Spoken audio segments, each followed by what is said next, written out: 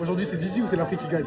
C'est la Côte d'Ivoire d'abord qui gagne Ok. et c'est l'Afrique qui gagne après. J'ai été invité à la signature la plus historique de l'histoire du rap africain. JJB faisait une petite fête chez Sony pour ça et je me suis retrouvé sur la liste. Moi-même, je sais pas comment. Mais pour ceux qui ont la rêve, est-ce que vous vous rendez compte de la dinguerie que c'est? Par contre, Zero Van, c'est la première fois de ma vie que j'assiste à une signature. Ma gueule, c'est historique. Le numéro 1 du rap ivoirien qui signe en France. Gros, c'est trop une dinguerie d'assister à ça. Ça se passait chez Sony, dans des bureaux bien beaux, hein. Et les gars, c'est tellement impressionnant à l'intérieur. Je savais juste pas où me mettre. Et tout ça, c'est qu'avec les streams de KMT de Gazo. Sauf que ça rapporte. C'est fou, quoi. Ces vidéos, c'est aussi pour tous les types qui rêvent de travailler dans la musique un jour. Faut pas oublier que derrière les grands succès, les immenses artistes, il y a aussi des équipes qui travaillent tous les jours. Et c'est souvent ce qui a pêché sur le continent, le manque d'infrastructures. C'est en train de s'y remédier petit à petit. Mais d'avoir des artistes de la trempe de JJB qui débarquent en France, au même niveau que les artistes locaux, je vous jure que ça va être game changer. Merci à tout le monde. Merci surtout pour votre présence.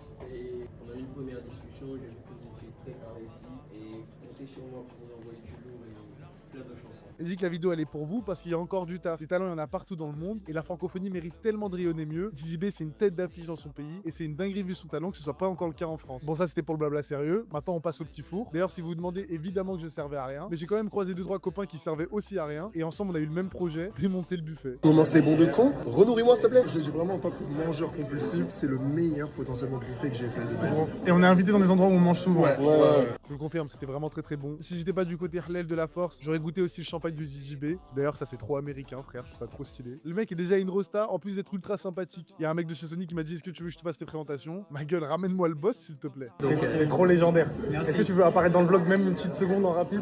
Comment il va mon sang? C'est comment? C'est fait là, ça y est hein? On est bon là? Non, on n'est pas encore bon. C'est maintenant que le travail commence. Ah. Et ça c'est la mentalité. Ma gueule, c'est qu'une étape. La signature d'un contrat, ça veut pas toujours dire grand chose. C'est ce que t'en fais après. De l'investissement, du temps, des forces humaines qui sont mises à ta disposition. JJB, c'est un mec talentueux qui a fait beaucoup de choses tout seul. Et je vous le dis, c'est maintenant qu'il faut miser sur la Côte d'Ivoire. Parce que du peu qui viennent à mes oreilles, il y a que des frappes. J'étais trop pressé parce que je devais prendre le train. Et puis j'ai même pas fait de conclusion. Mais bref, vraiment vive le rap en Afrique.